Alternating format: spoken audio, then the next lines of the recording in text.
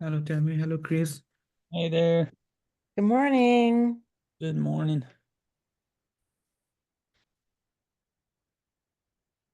How are you doing, Chris? Oh, I'm pretty well. Did Hello. you guys get a frost last night? We had just a little bit the night before. And yeah, I've been waiting for this weather for a very long time.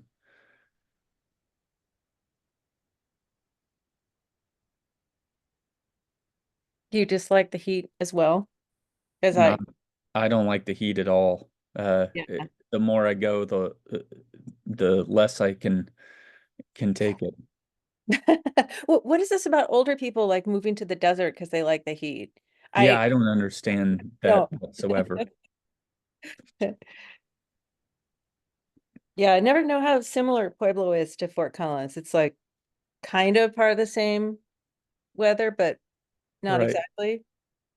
No, definitely a milder winter, but yeah, anytime it gets in that 50 to 60 degree range for the high, I'm super content.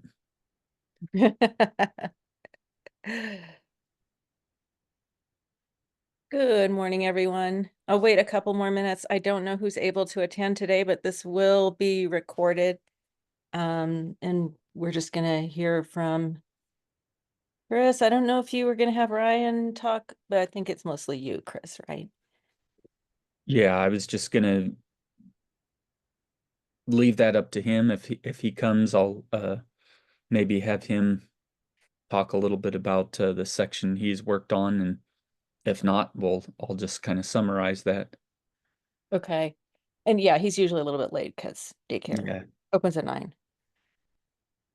They should make it like 8:50 so people can get to their meetings or classes.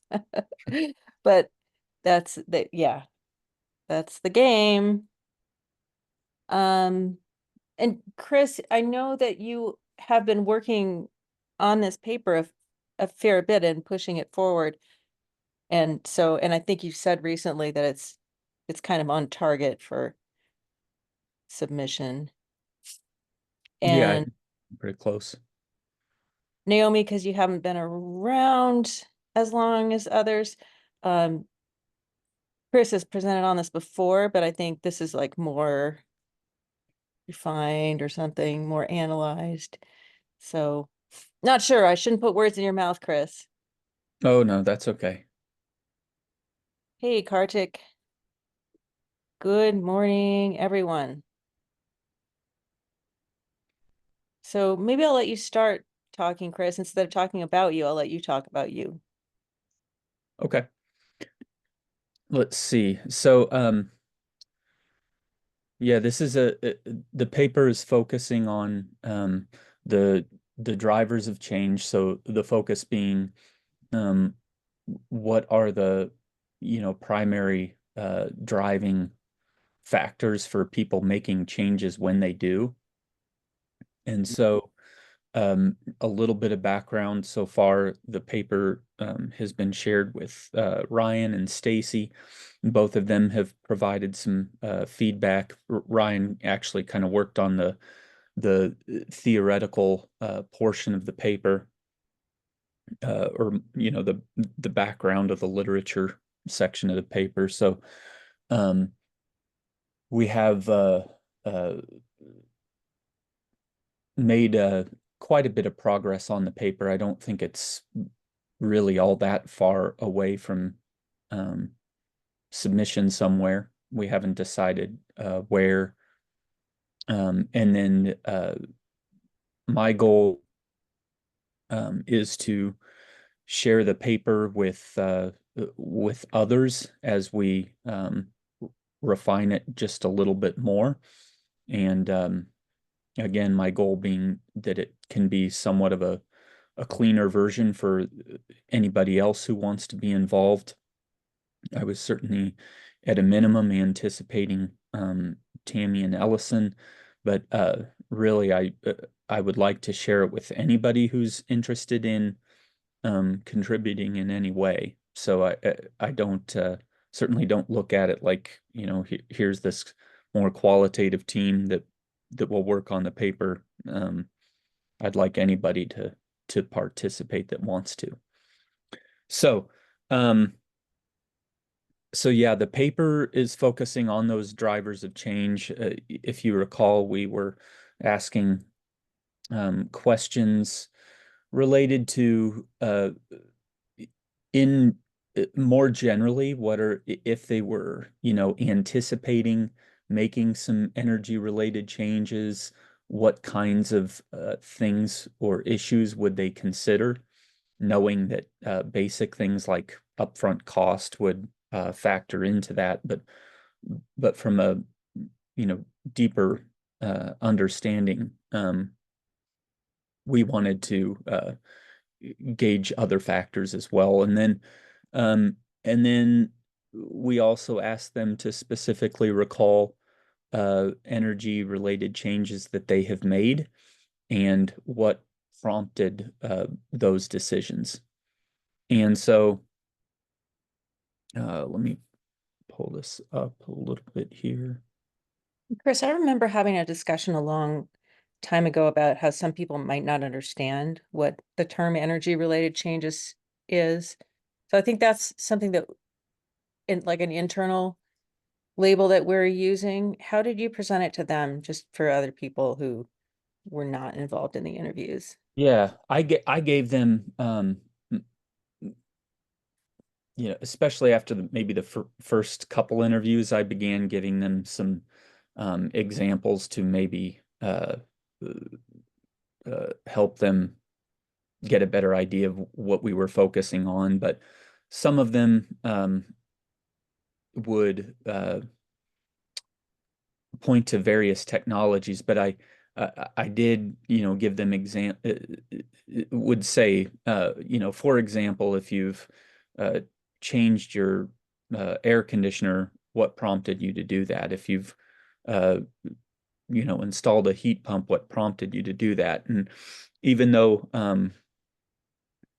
people weren't necessarily familiar with certain technologies, such as a heat pump, they could certainly recall things that they did to reduce energy consumption, or to fix a broken technology that they considered to be energy related. And my goal was to sort of let them define for me what they thought of, rather Yeah. than to narrow it down to a specific thing or two. Because what I found is that, some people would point to, for instance, light bulb Mm. changing light bulbs. Other people would point to insulation.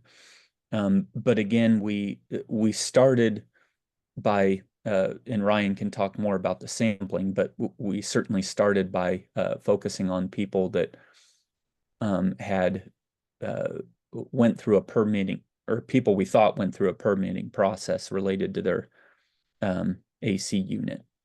Yeah. Yeah. So Okay. yeah, Okay. And then did you consider, or did you find that, I'm sorry, I'm probably getting ahead of no, it, no, but please did do. you, I don't plan. if people changed their stove, was that, did you talk to anybody about that? Did it come up, or did it tend to be more about the space conditioning? More about I mean, because of the way we sampled, it was certainly the space conditioning that got brought up more. But Mhm. again, I did ask them to sort of take some time and think back to any changes they made that they considered to be um, energy related. And there was one individual who brought up the induction stove. In fact, that was the very first interview we did that was and it incidentally involved somebody that wasn't in our sample. It was from um,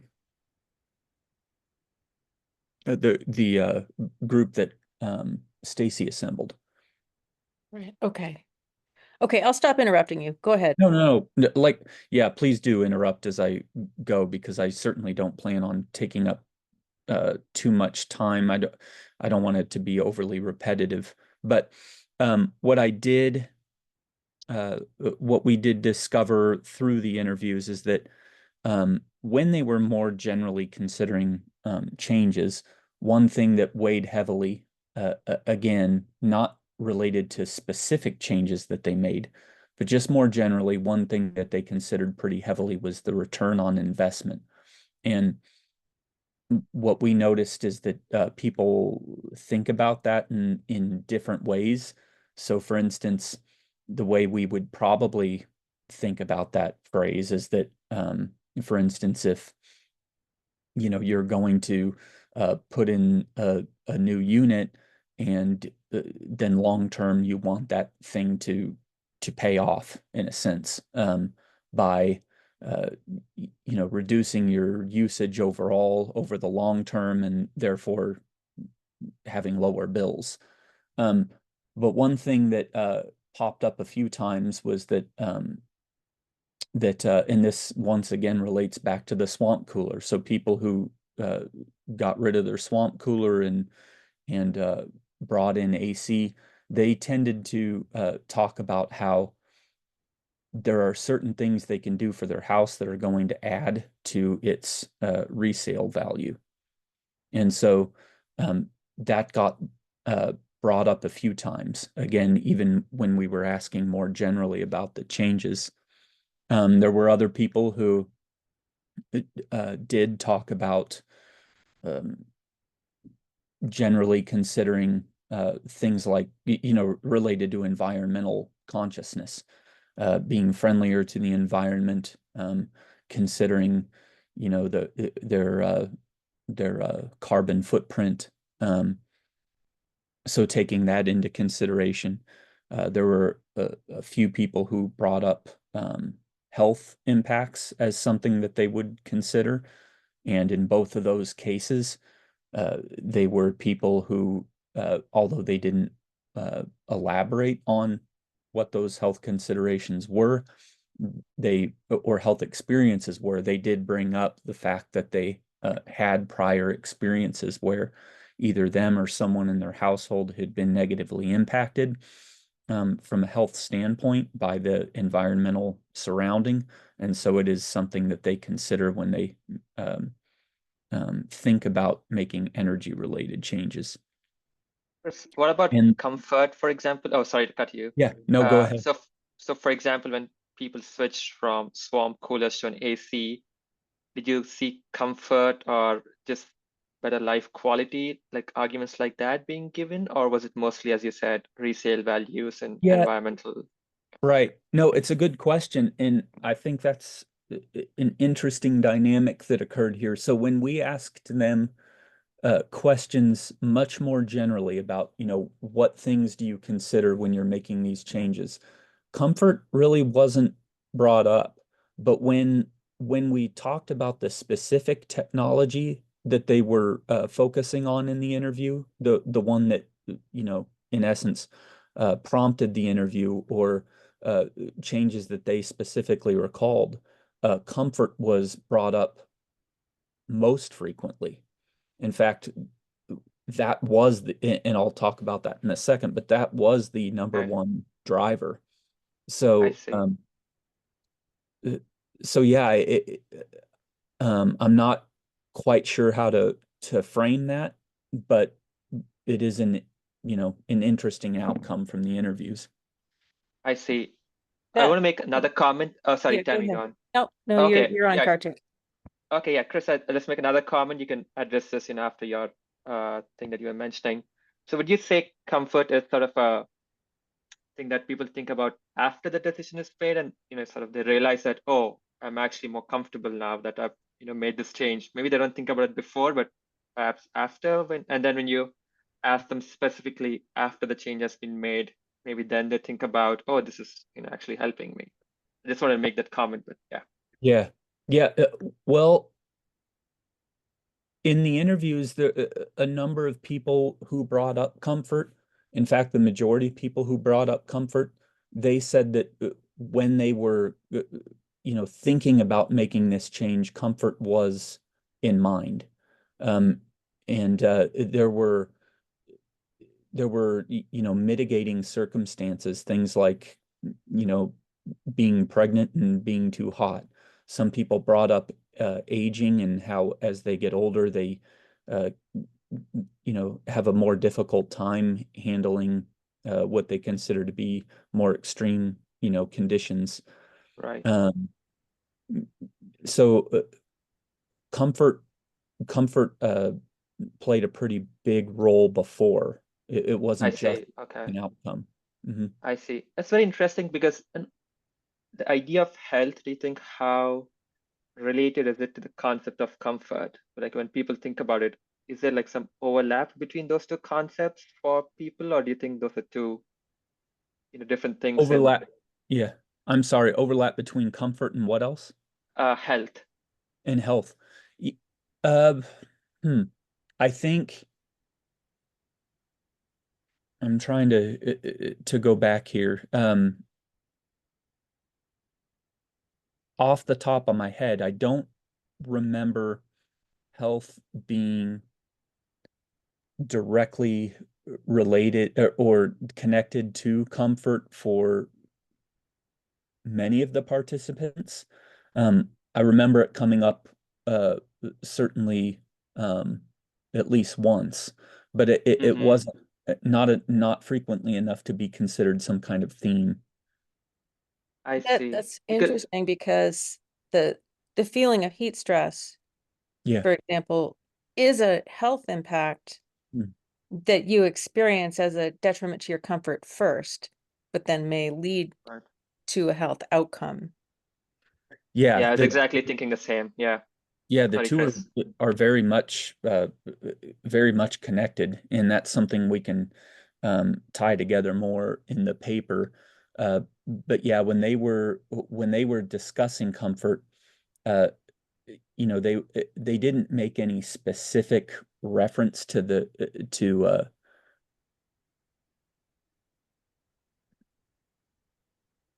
to their health, but I guess it's in a way up to us to say this is about health. Um, But sorry. Yeah. it's so I'm writing down a bunch of themes that I'm or points that I'm seeing here that are probably already in your paper, but I think one of the things you hinted at is that the way you ask the questions, especially the level of specificity, really guides the answers, right? Because if you talk to people about health, it's a general thing and they might think of something related to their health, but the first thing they think of is not, am I going to get hot and die? It is, yeah, it has a lot to do with how you ask the questions. Because, one of the specific things that we asked in the interviews was, um, have you ever felt like a place you lived has negatively impacted your health? And only two people answered yes. And both of those people were the ones that I mentioned. They made this particular change because um, they considered, some previous health experience they had. But um, I got the impression that those individuals had some kind of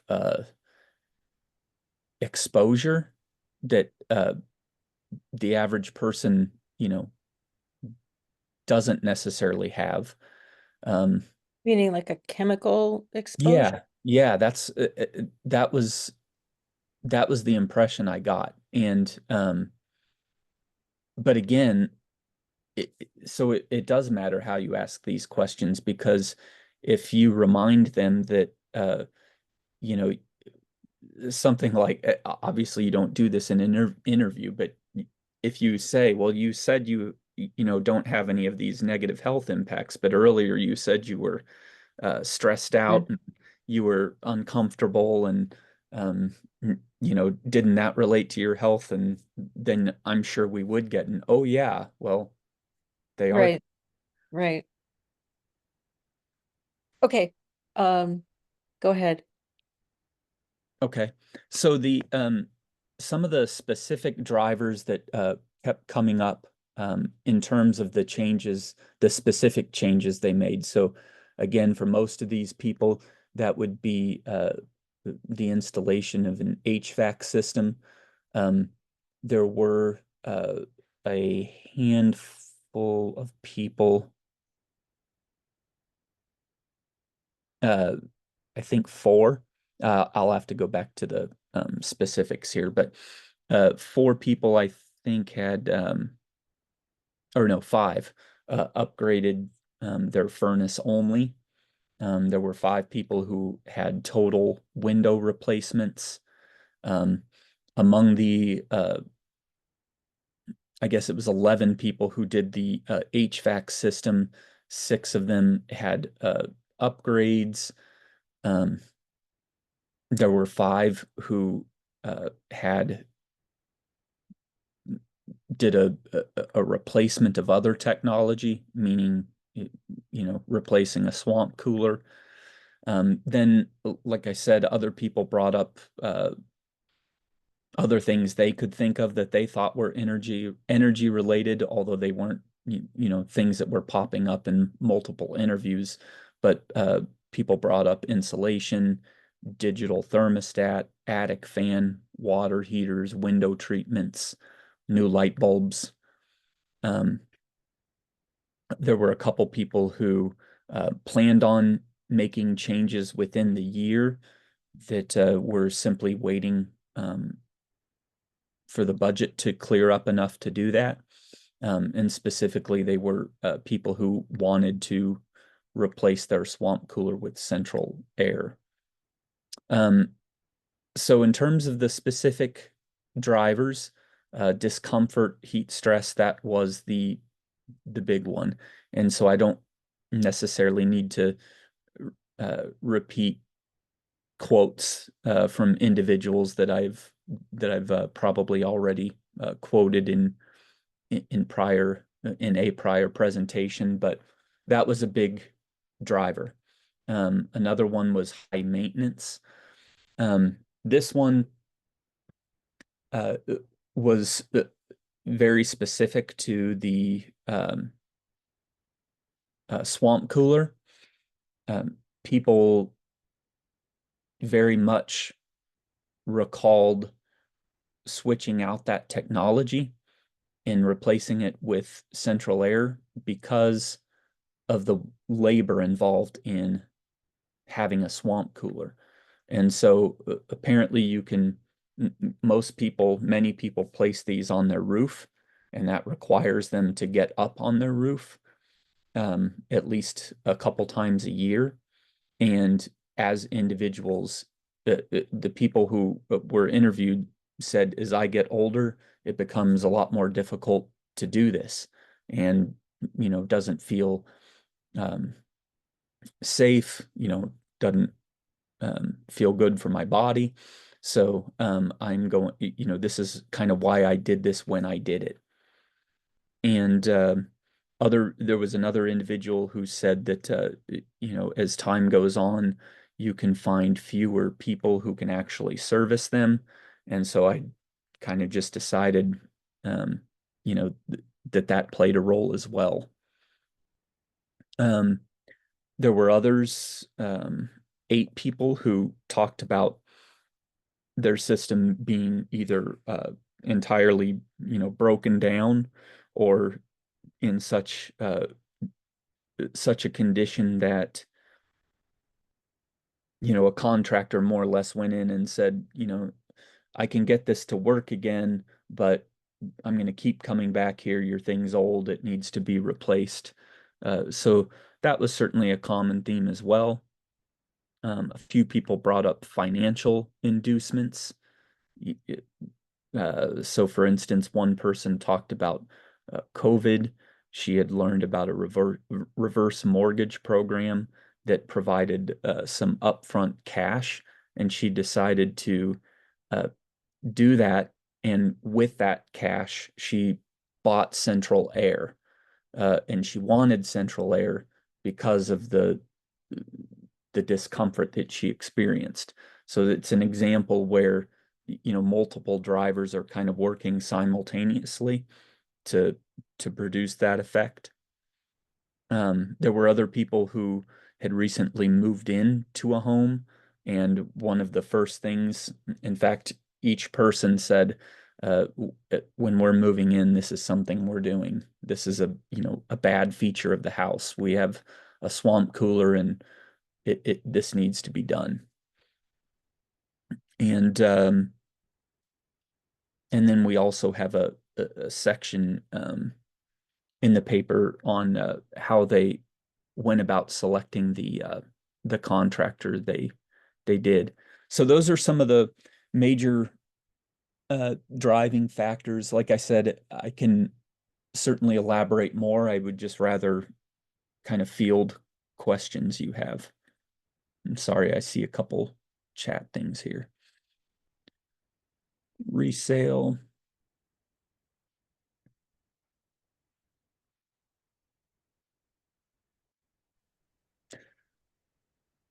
Yeah, they didn't necessarily talk about, well, let's see.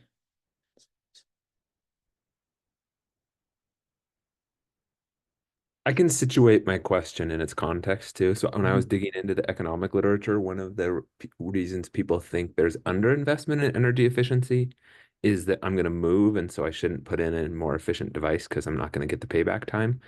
But I don't recall us talking about that at all in the paper. Yeah, Was there is, so reflecting on those interviews, there was one individual who has, he kept referencing a boiler. And he said that, and he has a swamp cooler. And in fact, he was the only person that we interviewed who still had a swamp cooler and had no motivation whatsoever to have AC. And his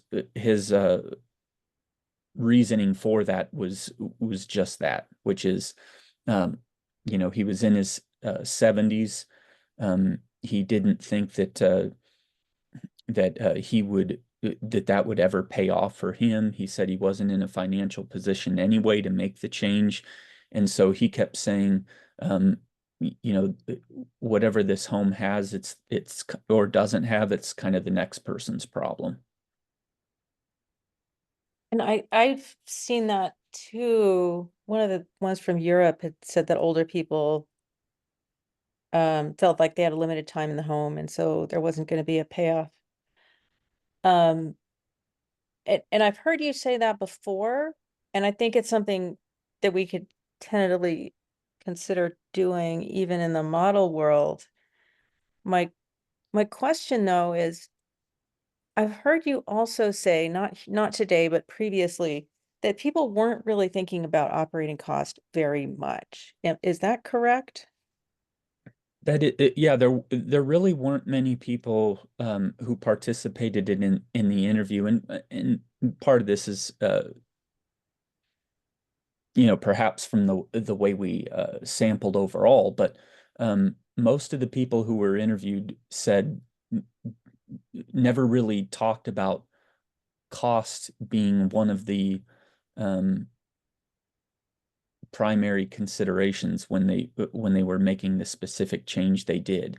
Now, like I said, they brought it up when they most frequently when they talked about what kinds of things would you consider more generally, but when we asked them, why did you, what kind of factors led into this decision making, very few people said, well, I looked at the cost and I thought this option was better than that option, or most of them just brought up the issue of comfort and these other factors. But there were a couple people who were not making that change yet because they didn't have enough money. Yeah, so I think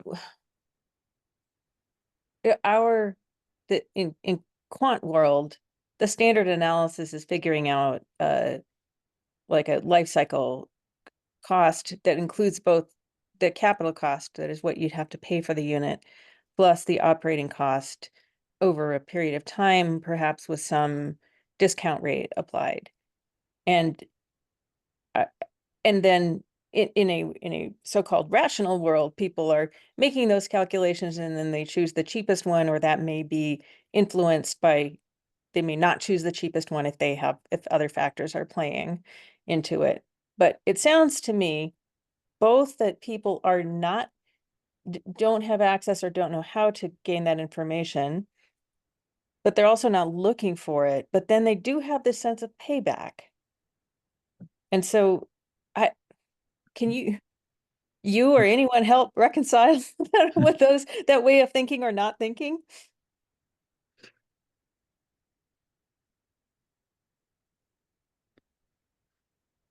My guess is that part of it has to do once again with the way questions are asked. So my thought is that when we asked, the question reflecting on, this change you made when you replaced the windows, or when you put in your AC unit, or when you put in the HVAC system, what led you to do that? Do you remember the more immediate moment of deciding to do that? My guess is that the reason they didn't bring up the cost is almost that they assume that I the interviewer know that they must have had the money. And so when they think about the factors they consider, long term, they think about the payback. So in other words, the cost is brought up more by the people who don't yet, in which it's a barrier to making Right. a change, but they don't bring it up when they have made the change, simply because there's this assumption that they either had the financing necessary or they had the upfront cash. So I think that's fair, right? Like it's an access issue.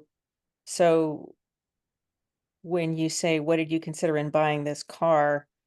I would not say, I thought about whether I could afford it because I already bought the car, right? Yeah, and part of It- that's on me. I mean, in the sense that we really didn't ask questions about, when you're from an economic standpoint, Mhm. making a change, do you consider, for instance, that uh, whether you have to take out a loan, and at what point does a loan become, problematic for you, or are you,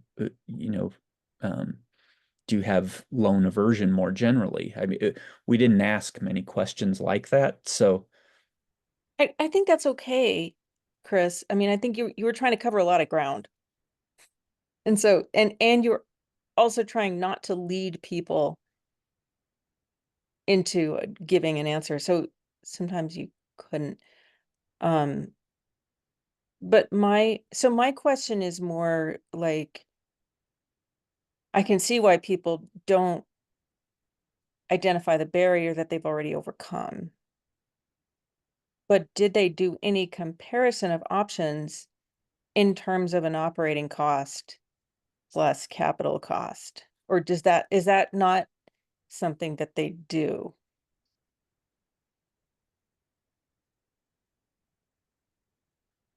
Like when they get windows, do they think my bills are going to go down? Is that a driver? well, it seemed like okay, so let me go back to this particular section. They did bring up the fact that they consider things like energy use reduction. And so normally, I think we would, we would assume that if people bring up energy use reduction, that means that they're they're thinking about their bills going down if they make a particular change. But the Mhm. people who brought up energy use reduction were actually talking more about that from an environmental standpoint. In other words, they were saying, I use less energy, therefore I'm a better steward of the environment, instead of I'm making this change because my bills will be lower. Mhm. And again, they didn't really bring this up with the specific technology that they purchased. They talked about energy use reduction more generally as something they would consider. Mhm. Okay, I'm gonna stop. I've been asking a lot of questions. I'm gonna let other people go.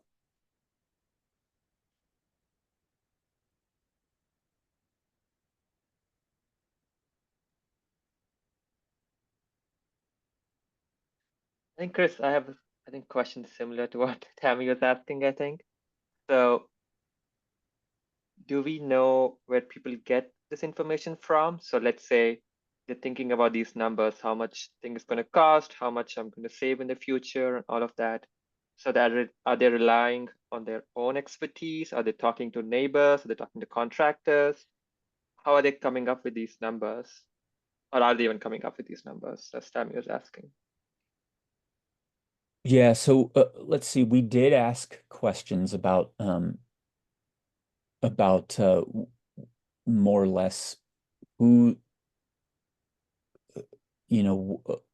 where did they get their information? And that question was asked again more specific to the technology that they purchased. And some of them, so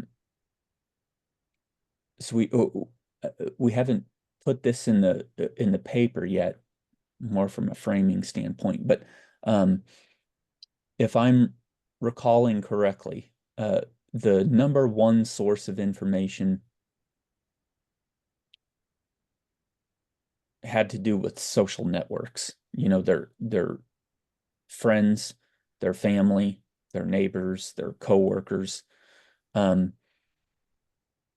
But plenty of people also referenced, if they experience some kind of problem, one of the first things they'll do is they'll get onto Google and look for people who are reliable and could come out and look at the problem they're encountering.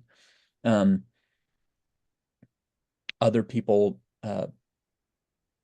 brought up the fact that it's not that they were experiencing a problem per se, but they as part of their yearly maintenance, a contractor came in and said, hey, this is getting old, you should do something about it sooner than later. And they went ahead and did something about it. That I wouldn't say was certainly a common response, but it did occur. But I would say that the social networks are where they get a lot of their information from.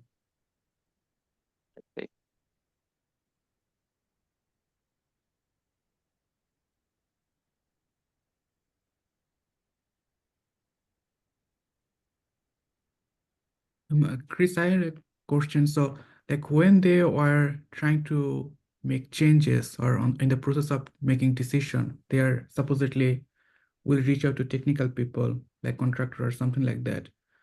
Was it the case that they were given option for one alternative, something like that? They changed swamp cooler with AC. Was it because they were given information about the AC only, something like that, or do you know what happened? Yeah, um, from what I learned in the interviews, people weren't given options. So in other words, if they wanted heat, furnace was the answer. If they wanted a cooler environment, the AC was the answer. I'm not familiar in with anybody that brought up having multiple options in front of them and then, choosing something based on that range of options. There was one person who put in a mini split system, and that particular individual did explore options, but not through talking to a contractor. She said during the interview that she and her husband did a lot of their own research on the internet about what kinds of things would be most suitable for them, and then they selected a contractor based on that. Mhm. Chris, Okay, it also sounds like the people who were replacing swamp coolers went into the deal to replace a swamp cooler. And so it makes sense they wouldn't be offered an option of a swamp cooler, because if they called somebody and said, get this thing out of here, they they wouldn't try to sell them a different thing. Yeah, I think in those cases, yeah, they selected the contractor they did based on the process they used, and they made that call asking for an air conditioner.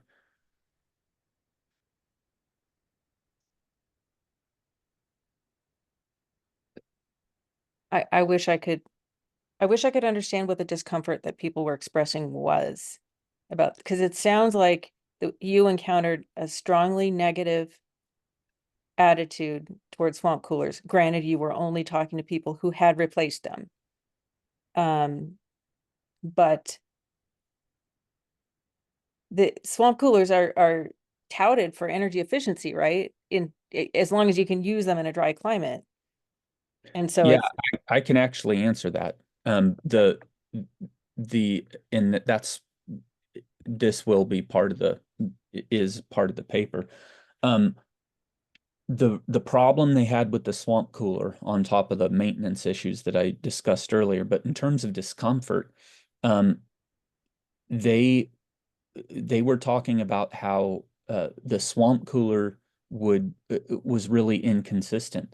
So you could be in one room and have it be very cold, and in another room it would be warm, and they had you know uh, an issue with that inconsistency, okay. or that it just didn't get cold enough. Right, which they have, they're limited in what they can do because it's all evaporative, and so it's just, sorry, won't go into the tech here, but they can give you a certain amount and then not more. Right. And so in Pueblo in particular, when you experience a lot of upper 90-degree days and 100-degree days, uh, with the swamp cooler only getting down to a certain temperature, yeah, they talked about how, that just in some cases leaves people really feeling miserable. Mm-hmm. Mm-hmm. Okay. Hi, Allison. another question, Chris, like was someone in the sample like they wanted to make changes but couldn't do it? Mhm. And why is that? In both cases, they had recently made some changes, and they could afford the ones they did, but they wanted to pay that off before they made the next change. And so both of them had to take out a loan, and they were on the verge of paying that loan off, and then they planned on taking another one. Okay, thank you. Mm-hmm.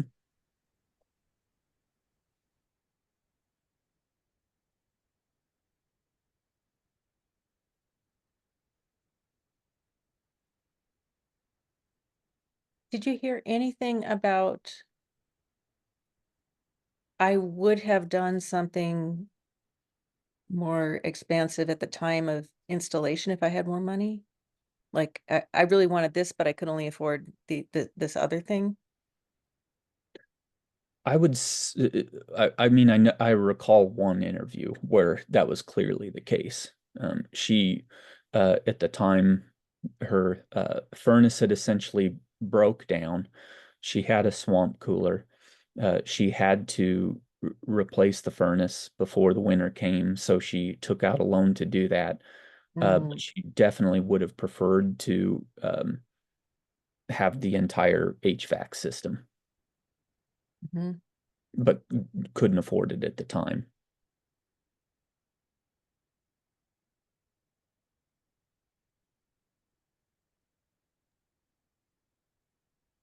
So you all may not know this, but Naomi over the last month or so has been taking a deep dive into what people consider maintenance and how people engage with it. Just curious, Naomi, if you want to consider the swamp cooler as a case of maintenance, because I think you've been looking at lots of different maintenance in a lot of different areas, mainly for sapphires with regard to air filters. Just wondering if you had any thoughts on this. I mean, I think what was being said about it, some of the reasons for people wanting to switch to a different technology, right? The high maintenance, which ties into ease of use within the technology acceptance model, and then the inconsistency of it, which ties into perhaps like usefulness. I think it kind of fits in with what I was finding in the literature, which is good. I am curious if people mentioned maintenance as a consideration for why they chose to install a specific technology. Because I found that sometimes people tend to have trouble with making or considering like the long-term cost and the investment. So for example, a study had looked at if you have product A, which is a bit more expensive initially, but then the maintenance is cheaper in the long run, versus product B, which is cheaper initially, but then the maintenance is a little bit more expensive. People were more inclined to choose the cheaper item up front. And I'm kind of curious if you were able to capture that in the interviews. Yeah, they didn't really raise those points. I think when they talked about, and maintenance wasn't something I brought up in the questions. Again, they really just brought this up on their own. And when they were talking about it, it had much more of a physical dynamic to it for them personally. In other words, again, what kept coming up was, I'm getting older. I physically, can't do this any longer. And so I made this particular change because that new technology that I'm bringing in doesn't require maintenance. And of course, when they're framing it that way, what they're saying is that it doesn't involve my physical labor. So to them, someone coming in to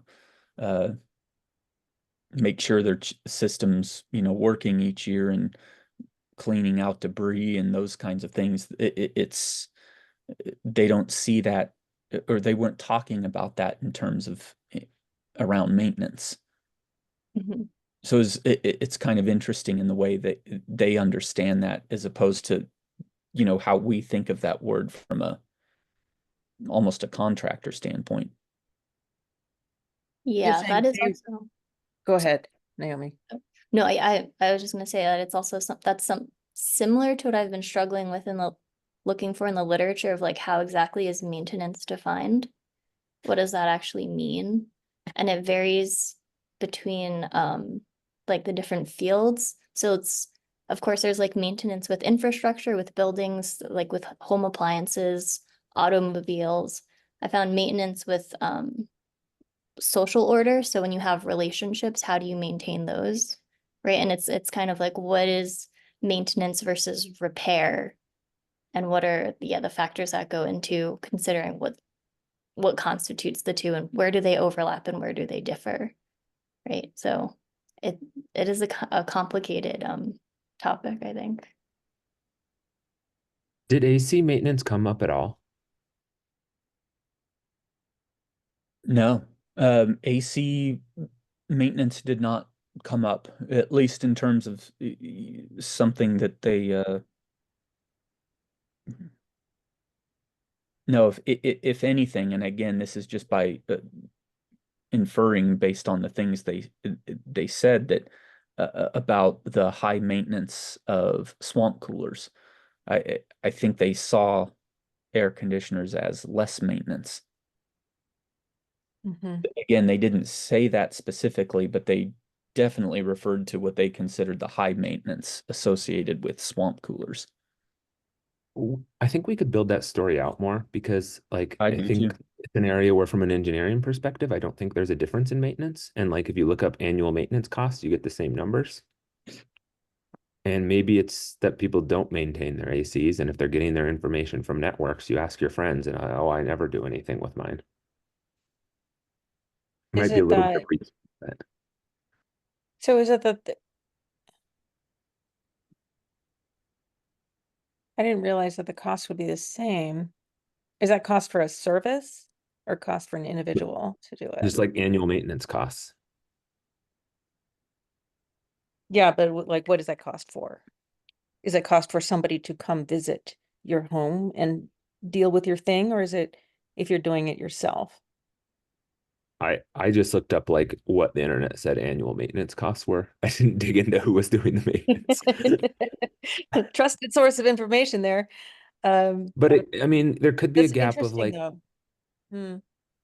well, if people are willing to do their own like heat pump maintenance, but AC seems technologically swamp cooler maintenance, but AC seems technologically complex. They might perceive that as low maintenance because someone else does the maintenance, even if they're actually paying more for the cost to do that. Mm-hmm. That's Naomi's point, I think. So Right, and what does maintenance consist of? And I think Chris, one of the things you talked about was not only was it their own labor, but it was labor that was perceived to have a safety risk.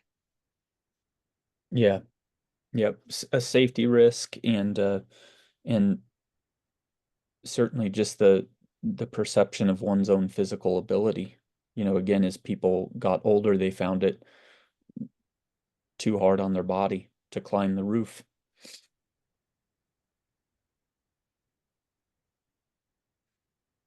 Thanks for joining, Ryan.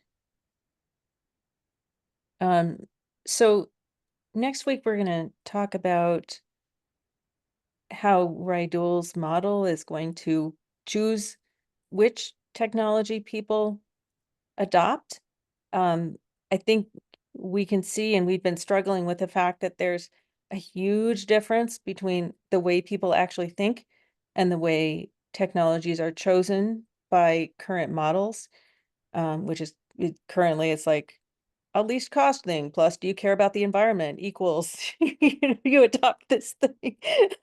And so there's a huge bridge to create that we're going to keep working on, but please consider what you've heard from Chris and the questions from other people.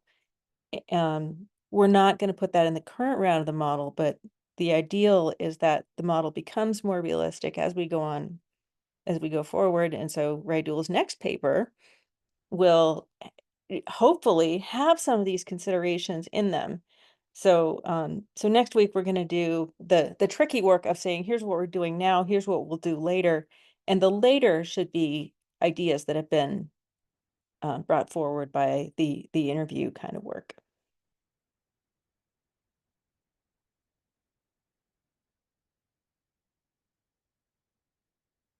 Okay, thanks everyone.